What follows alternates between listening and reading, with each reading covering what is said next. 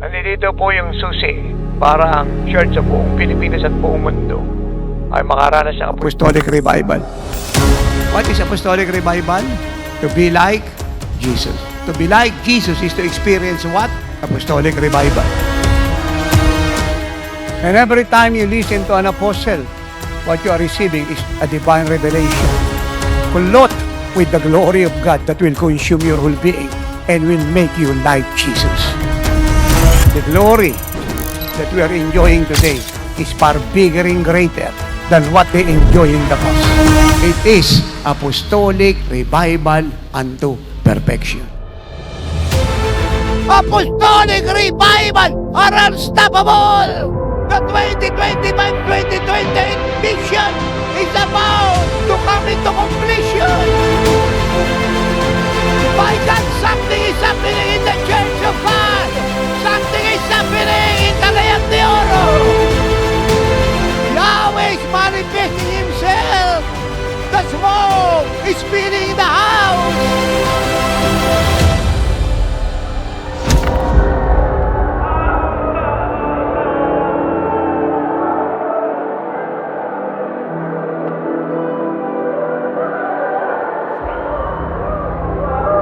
The church has no option but to be like Jesus.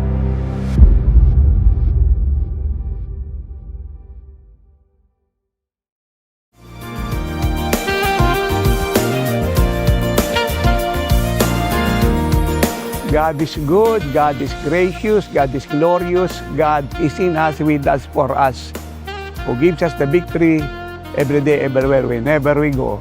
For He is our life, divine nature, divine substance, and divine being. So apostolic revival is happening now and it is full blast. Kaya muli, ang ating corporate prayer, fasting, first fruit giving, generous giving, soul winning, at being like Jesus ay napakahalaga. Kung natin kakalimutan, time is running, the timetable for the Philippines is waiting for us, and the Lord Jesus Christ is coming. Magpakalarin kayo sa intimacy sa Panginoon, araw-araw, at huwag natin kakalimutan ang Panginoong Jesucristo, ang buhay ninyo, at kailangan araw-araw. Sa langit, sa lupa, ay wala siyang katulad. Thank you for living like the Lord, and giving your everything to the Lord. You are a blessing like Jesus. We'll finish the mandate, and everybody say, Amen. Amen.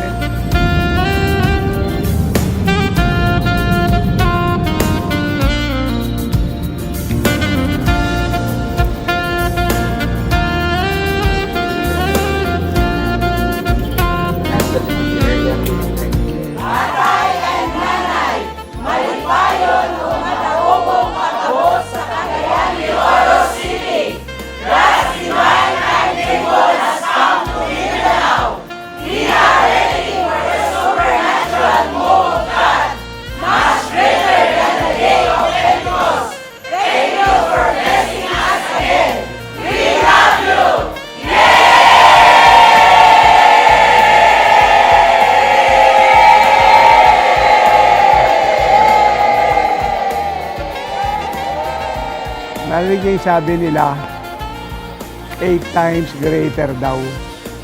So, paano sila bibiguin ng Diyos kung ganyan kalaki yung pananabik nila? And the Lord is about to do something they have never seen, heard, and experienced before. It is a remarkable, historical, that will transform the church all over Mindanao onto the nations of the world. So the Philippine Islands. And those who believe, agree with me, and everybody say, Amen.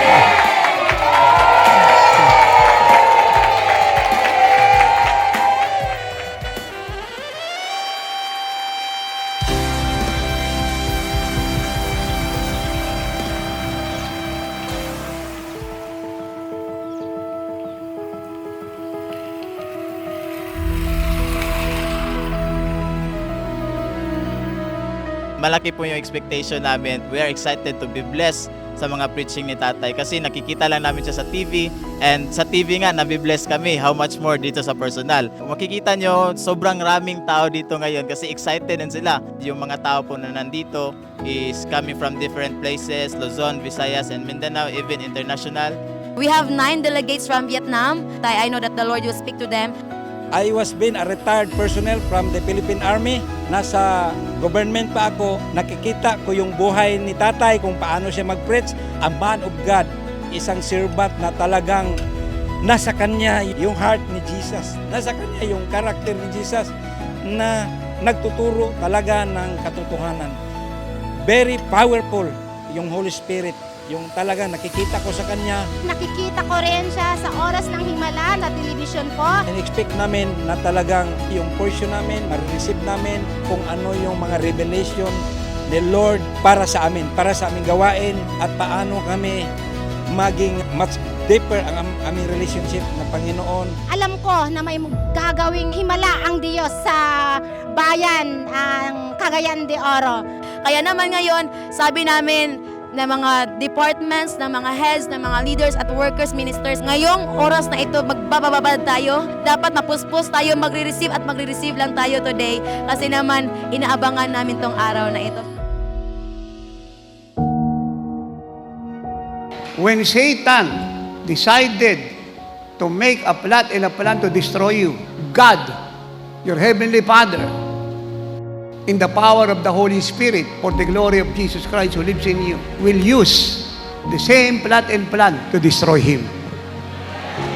Na-feel na talaga namin yung presence ng Lord. Lalo na nung nagsalita na si tatay. Tumatagos sa puso ko yung mga salita ng Panginoon. I'm blessed because of his preaching. Every Christian should hear about this preaching because it's very blessing. Cảm ơn Chúa về bài giảng của sứ đồ thì được chạm tôi rất là nhiều. Tôi khóc trong sự vui mừng. Actually, the preaching of the Apostle Renato touched me a lot, and I cried inside. I was very touched by what he's preaching. The way he preaches me like he have experienced that before. Very powerful. He didn't say the theory, but he actually living his life, living like Jesus.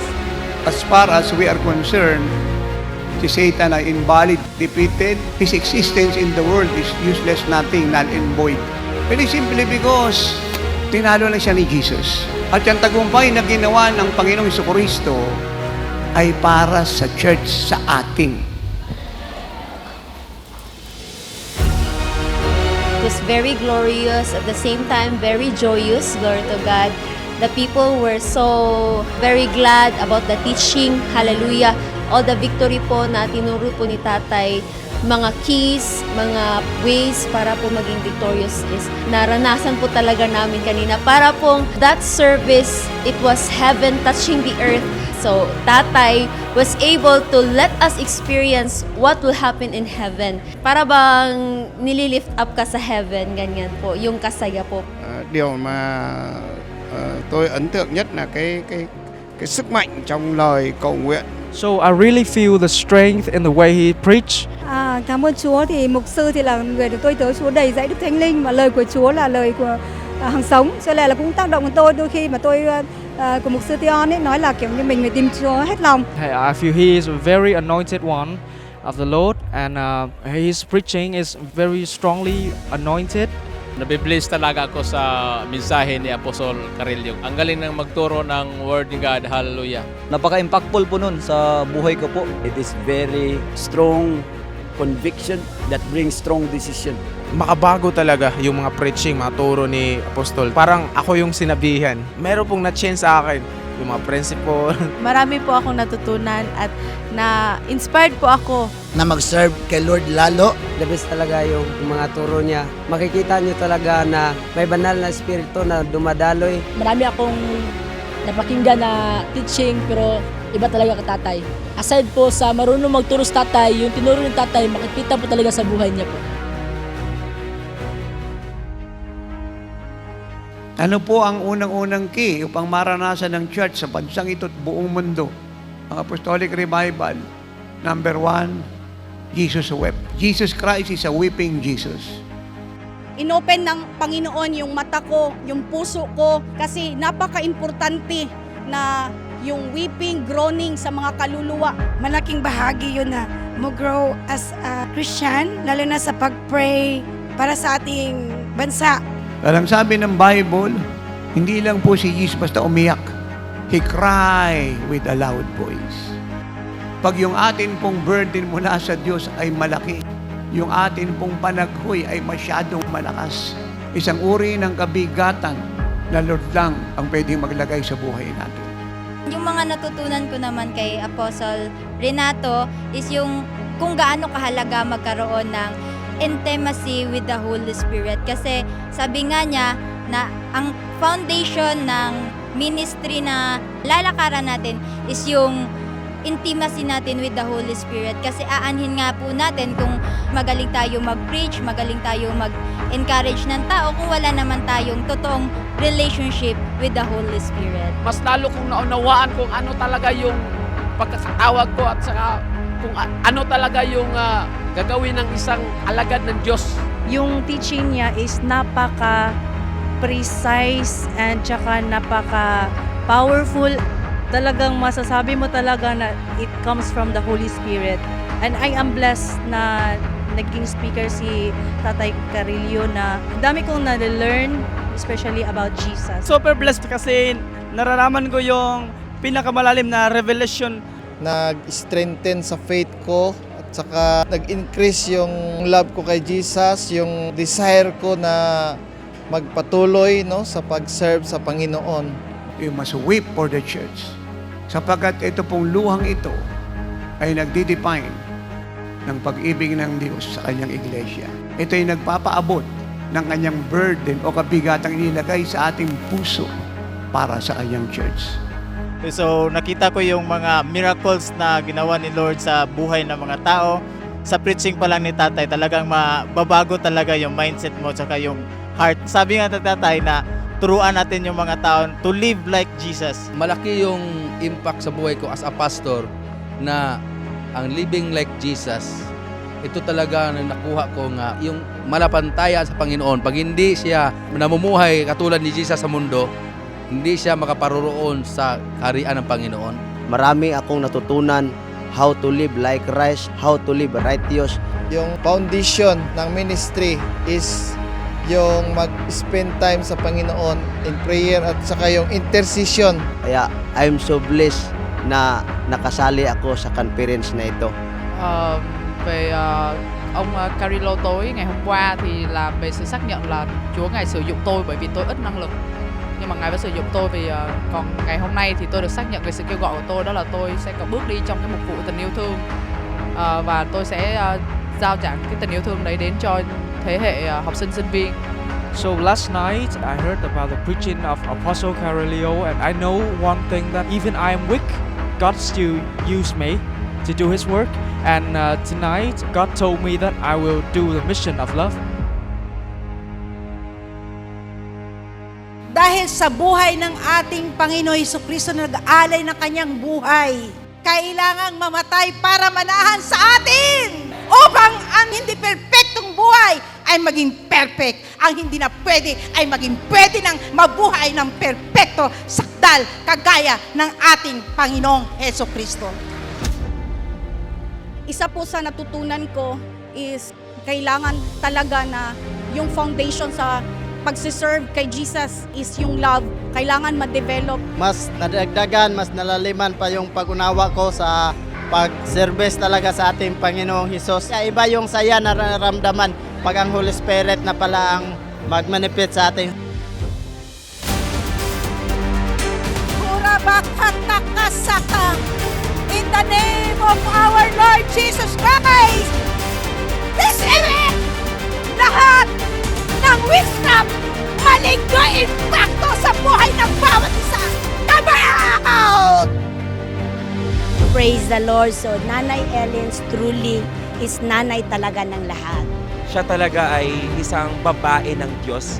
Talagang dapat siyang gayahin ng mga kababaihan.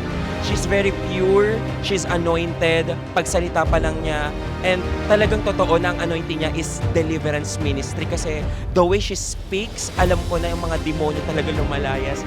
And kahit hindi ka lumapit, mararanasan mo yung anointing kasi yun yung inanoint siya ng Panginoon, and that's her gift, and so much blessing. Ramdam ko po yung how she handled the people. Nakikita ko sa kanya yung fruit of the Holy Spirit at the start pa lang habang nagsasalita siya. So, napakagandang example for us as servants of God. I'm so blessed because many people delivered.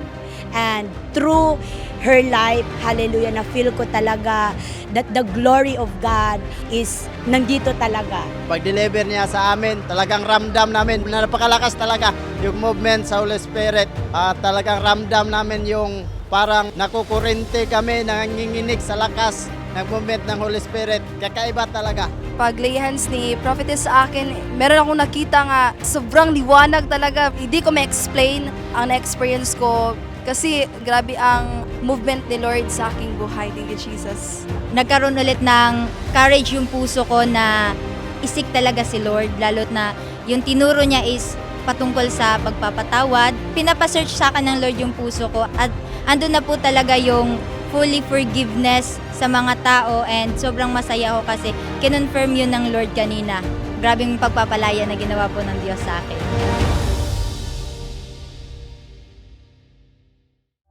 Leviticus 11:44, holiness unto the Lord.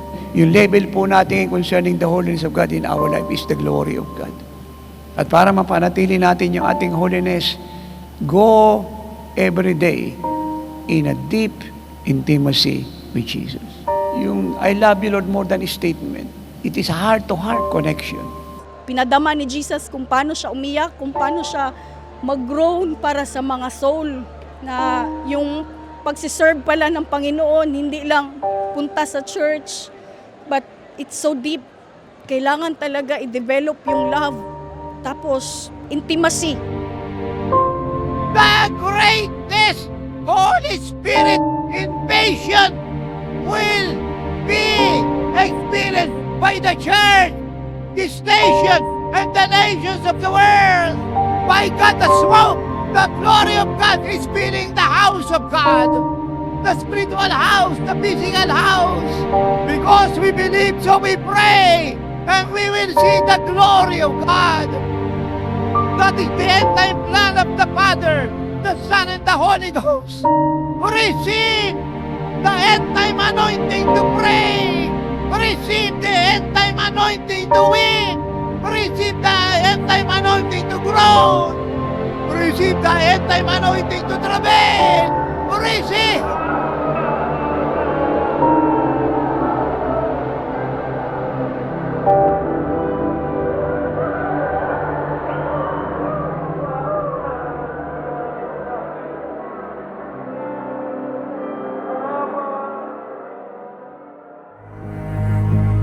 I was here to actually interpret to my fellow Vietnamese pastor. I got to concentrate, but at the end, when he called the Vietnamese people to come up on the altar so he can pray for us, it's like I got touched by the Lord at that time, and I was crying nonstop. The atmosphere was filled with the presence of the Lord. I pray in tongue a lot. I feel the anointing power of the Lord on me.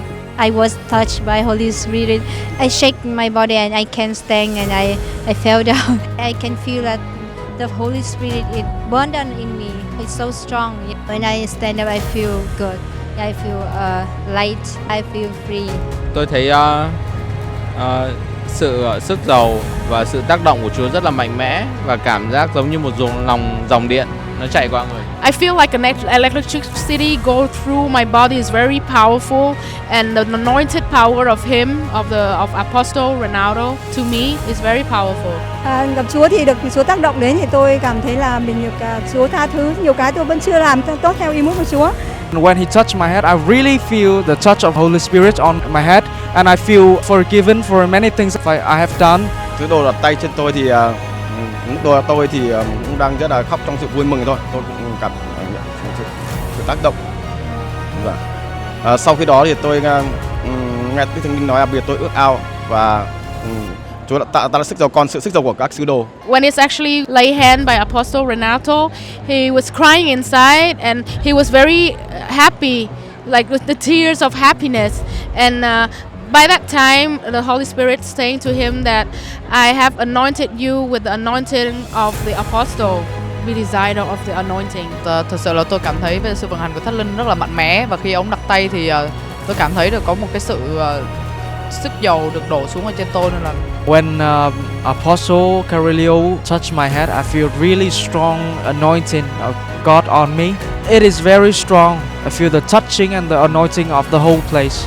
Nung una siyang lumabas, pagpunta niya sa pulpit, when I look at him, grabe yung glory, hindi ko mapigilan yung iyak ko. Iba yung atmosphere at grabe, sobrang naka-ignite ng fire. Tumitingin pa lang ako sa kanya, I cannot explain kung ano yung nararamdaman ko. Si Jesus mismo yung lumalakad sa pamamagitan sa kanya. Damandama ko talaga yung presence ng Lord.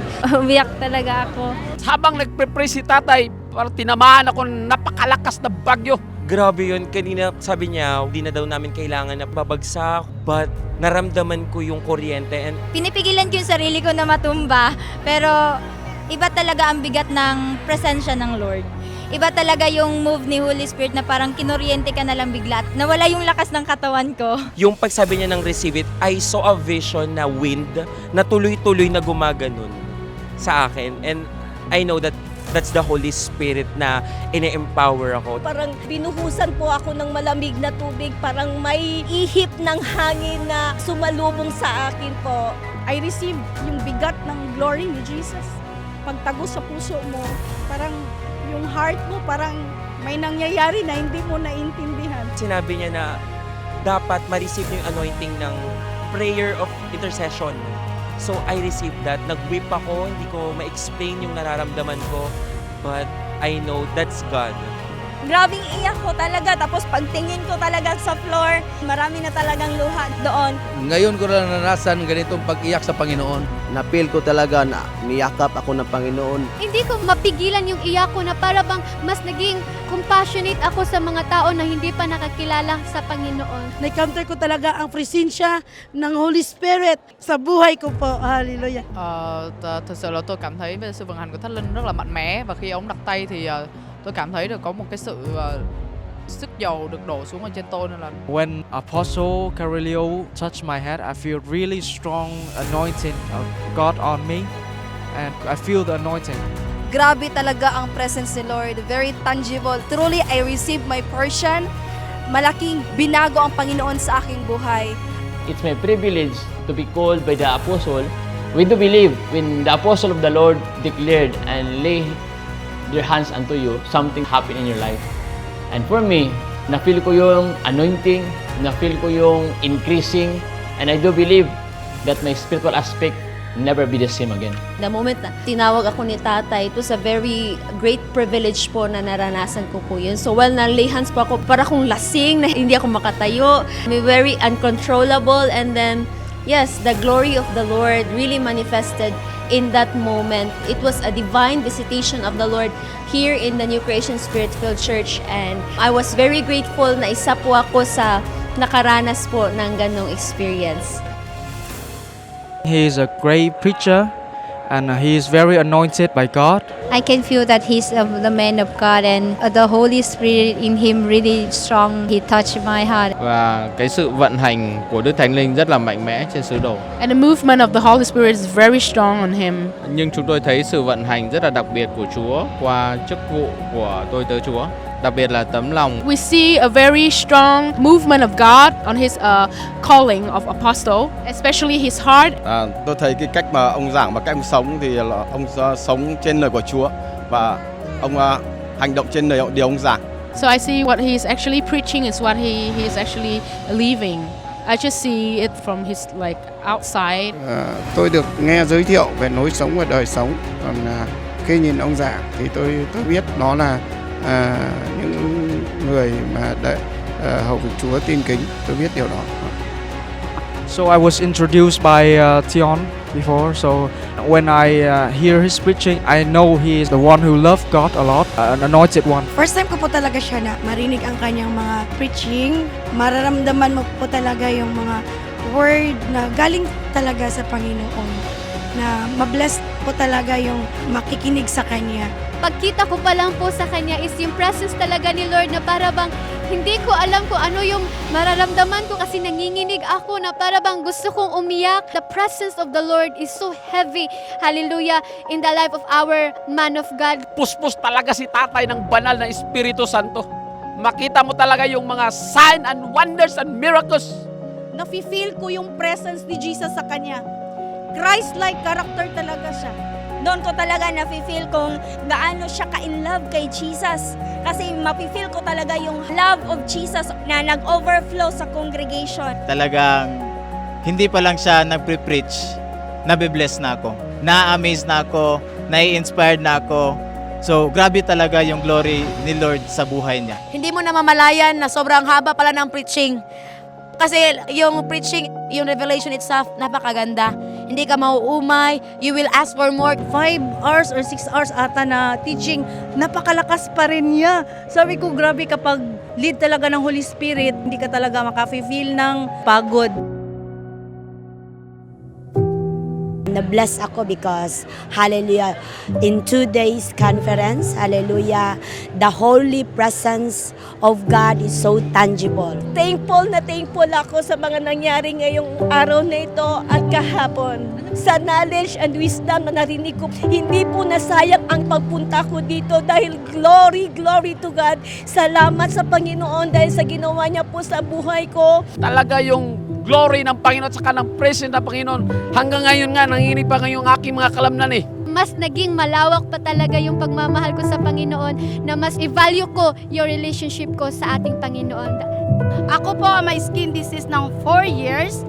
Sa legs ko po at dito po sa kamay ko. Ngayon tingnan nyo po, malinis na yung kamay ko. Malinis na yung paa ko. Praise God. Ako po'y naniginip noon. Ako po'y nalians ni Tatay Apostol. At ito po'y naganap ngayon. Ang naramdaman ko is malamig and na-feel ko si Jesus.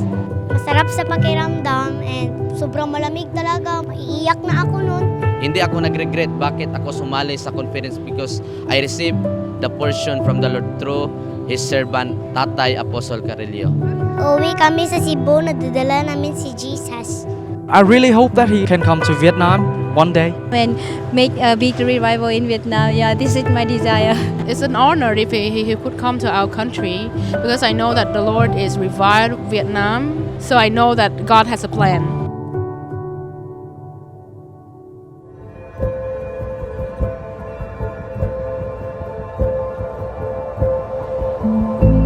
Maghahari lang ang glory ng Diyos sa buhay niyo ng 100%.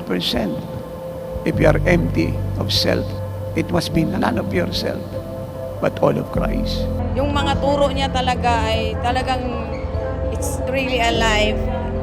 Kaya nag-desire kami na mapanood siya palagi. Thankful talaga ako kay Lord kasi dinala kami dito sa turo ni Tatay at marami talaga kaming natutunan. Na-open yung mind ko sa mga tanong na matagal na hindi nasagot. Laki ng tulong, no, yung narinig namin na maturo ni Nanay, no, yung paano yung sa giving at saka yung turo din ni Tatay na yung paano giginhawa or magbabago yung pamumuhay bilang leader ng church na yung ituturo na katotohanan. Kang nanay pa lang, nagsimula pa lang siya nagsasalita, iba na talaga. Na-bless po kami dahil sa pagbibigay.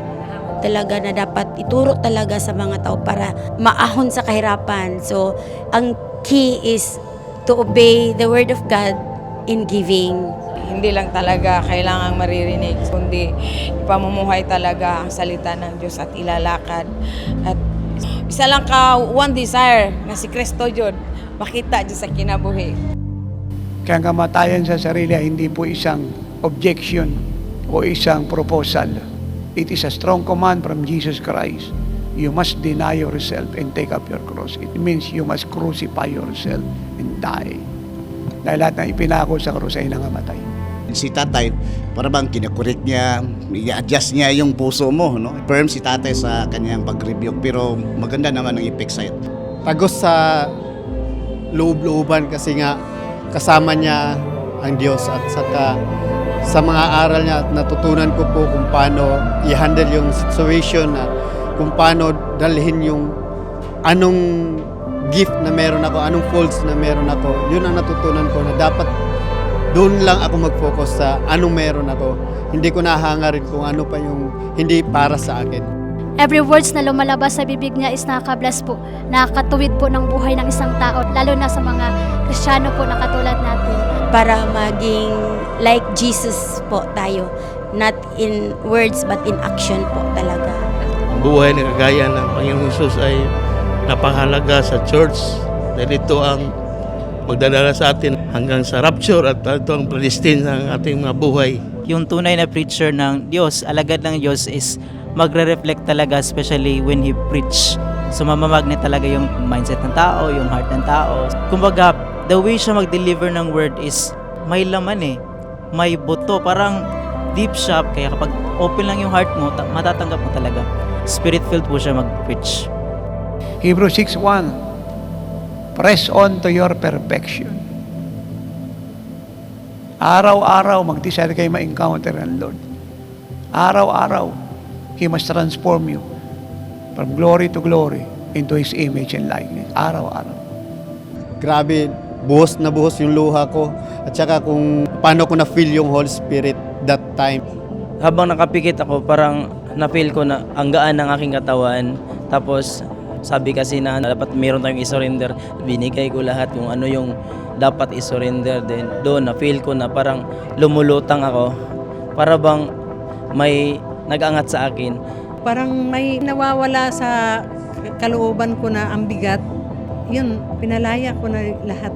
Maganda talaga. I feel relaxed. I feel at peace. Na-feel ko Holy Spirit. I never seen before. I never experienced before. Parang satisfied ka. Parang gusto mo nang hindi umalis sa harapan. Gusto mo nang hindi tumayo. Parang gusto mo lang talagang mag-dive sa presence ni Lord. Grabe po, na-bless po talaga ako kasi po the more ako nag-desire na mas mag-deep yung intimacy ko sa Lord, mas ma-inlove ako sa Lord, mas mag-spend time ako sa Lord, at mas the more yung desire ko na kilalanin kung sino si Jesus. Naramdaman ko na may pumasok sa aking katawan na malamig at saka napapalakas po ako sa aking pong spiritual na buhay. Praise God, hallelujah, blessed day family to all viewers across the globe. I thank the Lord for the victorious and powerful and successful Living Like Jesus conference here in Cagayan de Oro City. So for me, ang masabi ko sa tatay ko in the Lord, Tatay Apostle Renato Carillo, thank you for your sacrifices. Thank you for being a good example, a role model. Thank you for teaching us to live like Jesus. Through your life, you become an example to us how to live holy life, how to serve Jesus Christ, and how to live like Jesus. Thank you for imparting your wisdom. Thank you for your advices. And all of that, I do believe, Tay, magagamit namin yan sa journey namin. So thank you for being with us, Tay. So my words is not enough how grateful I am to have you, together with your nanay and together our family of Jesus ourselves. We love you and we are so proud that we are part of your family. So God bless and shalom. To God be all the glory.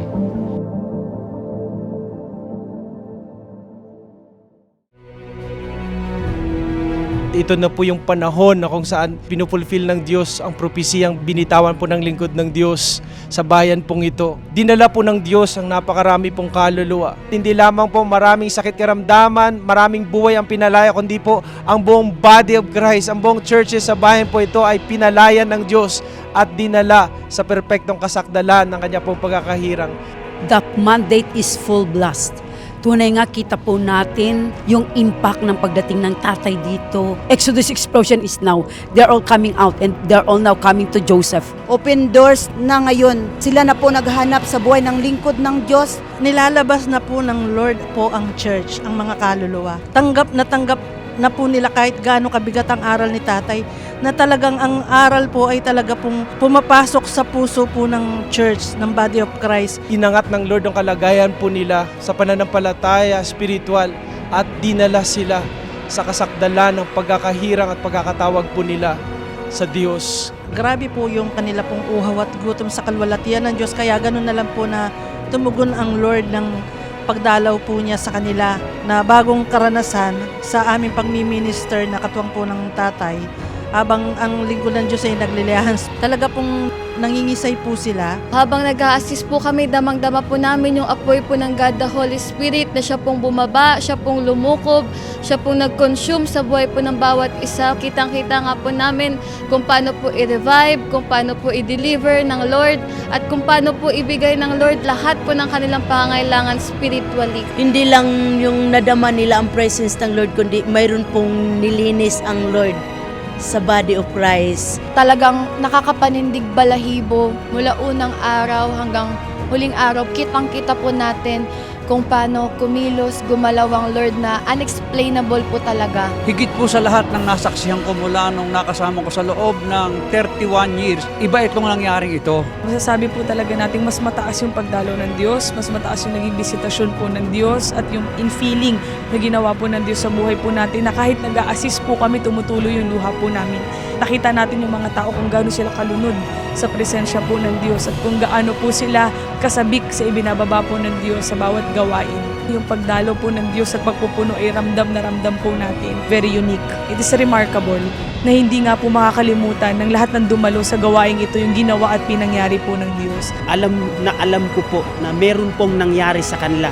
Meron pong naisalin. Grabe yung kagalakan nila na dinalaw sila ng Diyos. Yung kagalakan na malaya sila. Ang nakita ko po sa Cagayan de Oro is talagang the fullness of the manifestation of living like Jesus in the life of tatay and nanay. Katotohanan nga po yung binibitawan po ng nanay ng revival na 40 years is a year of fulfillment. Ang church ay wala po talagang ibang destinasyon kundi mabuhay kagaya kapares ng ating Panginoong Hesukristo. Hindi po talaga nasasayang po yung mga prayer and fasting natin mula po sa mga nagpo-40 days mula noon hanggang ngayon at sa kasalukuyan pa po. Dito ko po nakikita yung napakahalaga ang buhay ng lingkod ng Diyos. Kailangan siyang balutan ng ating pong maalab, maapoy na pananalangin. Kagaya nga po ng laging sinasabi po ng lingkod ng Diyos, may apostle must travel, may apostle must travel, at kitang-kita po natin yung pinakadahilan, yung pinakarason kung bakit kailangan po ang lingkod ng Diyos ay magbiyahe sa lalong madaling panahon mula po dito sa bansang Pilipinas patungo po sa iba't ibang bansa. Parami ng parami yung mga anak ni Tatay Apostol at ni Nanay Ellen. Lalo pa natin kailangan yung malalim na pananalangin at wala talagang tigil na pag-aayuno at pagkakaloob. Masikita na natin yung pangako ng Diyos. Malaki po yung impact sa akin bilang pastor sa pagpunta po ni tatay dito po sa Cagayan de Oro. Galak na galak ang puso ko, masigit na tumaas ang pagkaunawa ko sa Apostolic Revival, masigit na tumaas yung degree na kung saan ay kailangan talagang sumunod ng totoo ang lahat sa panahong ito. Dahil ang oras ay napakaigsi na kung saan tayo po isasabay sa timetable na binigay ng Diyos. Kailangan tayong mga anak ng apostol, patuloy tayong sumabay, patuloy tayong sumama, at ating pong mga pagsunod ay kailangan po talaga nating taasan pa. Kaya yung kahalagaan po ng pagsunod sa specific instruction ng man of God ay kailangan po nating gawin.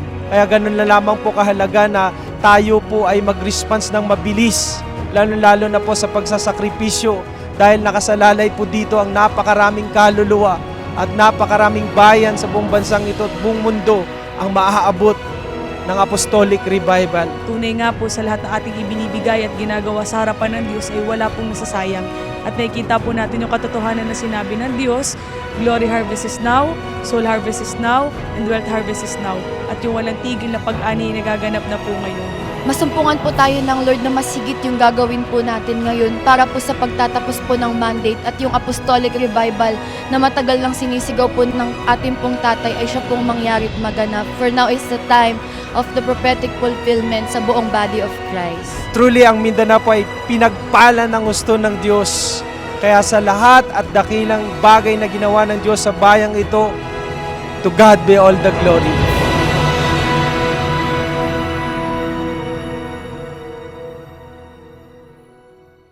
And so tonight, allow us, in behalf of the New Creation Spirit-Filled Church Worldwide Corporation, to give this plaque of appreciation to Apostle Renato D. Carillo, our end-time prophet and apostle in the Philippines.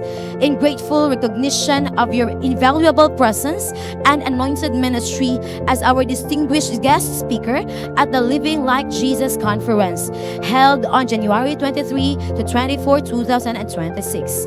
Your life, obedience, and prophetic impartation have greatly strengthened the body of Christ and inspired us to live more like Jesus. Another plaque of appreciation is lovingly given to Prophetess Elena Ga Carillo. With heartfelt gratitude, we honor your unwavering support, grace, and partnership in the ministry during the Living Like Jesus Conference held on January 23 to 24, 2026. Your life is a blessing and inspiration to the church and to all whom you have touched.